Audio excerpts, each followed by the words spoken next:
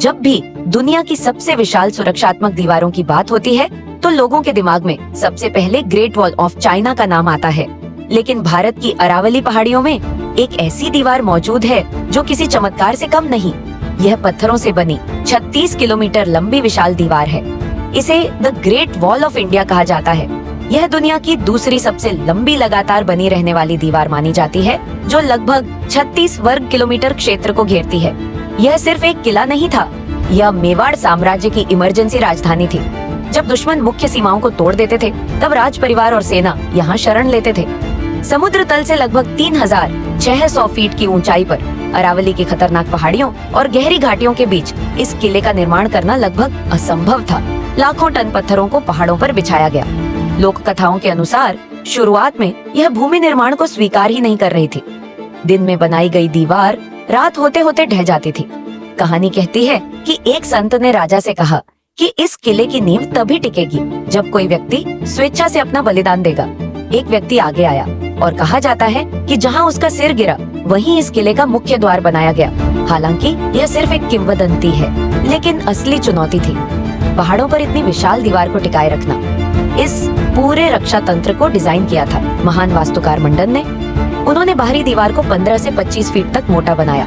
इतिहासकारों के अनुसार इसकी चौड़ाई इतनी थी कि एक साथ 8 घोड़े ऊपर दौड़ सकते थे। लेकिन सबसे बड़ा खतरा दुश्मन नहीं था, बल्कि प्रकृति थी।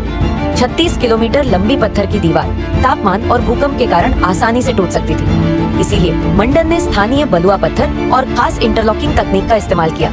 पत्थरों को इस तरह जोड़ा गया कि पूरी दीवार हल्का सा हिल सके, लेकिन टूटे नहीं। यही तकनीक इस किले की सबसे बड़ी ताकत बनी। किले के अंदर प्रवेश सिर्फ 7 विशाल द्वारों से ही संभव था। इन द्वारों तक पहुंचने वाले रास्तों को जानबूझकर टेढ़ा मेढ़ा बनाया गया था, ताकि दुश्मन के हाथी और सैनिक अपनी गति खो दें। दीवारों के बीच गोलाकार बुर्ज बनाए गए जो दुश्मन के हमलों को मोड़ देते थे। ऊपर बने संकरे छेद राजपूत तीरंदाजों को सुरक्षित रहते हुए हमला करने का मौका देते थे। इस किले की डिजाइन ऐसी थी जो बड़ी से बड़ी सेना को भी कमजोर बना देती थी। पहाड़ों की बनावट और दीवारों की ज्योमेट्री दुश्मनों को खुले निशाने में बदल देती थी। लेकिन किसी भी किले की असली ताकत सिर्फ उसकी दीवारें नहीं होती, बल्कि उसके अंदर मौजूद संसाधन होते हैं। अगर कोई सेना महीनों तक घेराबंदी कर दे तो प्यास और भूख सबसे बड़ा हथियार बन जाते हैं। इसीलिए कुंभलगढ़ को एक आत्मनिर्भर शहर की तरह बनाया गया था। इसके अंदर विशाल अनाज भंडार, 300 से अधिक प्राचीन मंदिर और बारिश का पानी जमा करने की अद्भुत प्रणाली बनाई गई थी। चट्टानों को काटकर बावड़ियां और जलाशय तैयार किए गए जो हजारों गैलन पानी जमा कर सकते थे। यही कारण था कि दुश्मन सेनाएं इस किले को भूखा प्यासा रखकर भी नहीं हरा पाती थी। इतिहास गवाह है, यह किला कभी भी सीधे सैन्य हमले से नहीं टूटा। सिर्फ एक बार 1578 में अकबर, मारवाड़ और आमेर की संयुक्त सेनाएं इसे जीत पाईं। लेकिन वह हार भी दीवारों की कमजोरी से नहीं, बल्कि अंदर पीने के पानी की कमी के कारण हुई थी। युद्धों से परे यह किला मेवाड़ के भविष्य की रक्षा भी करता रहा। यहीं बचपन में उदय सिंह को सुरक्षित रखा गया था और 1540 में यहीं जन्म हुआ था महान योद्धा महाराणा प्रताप का।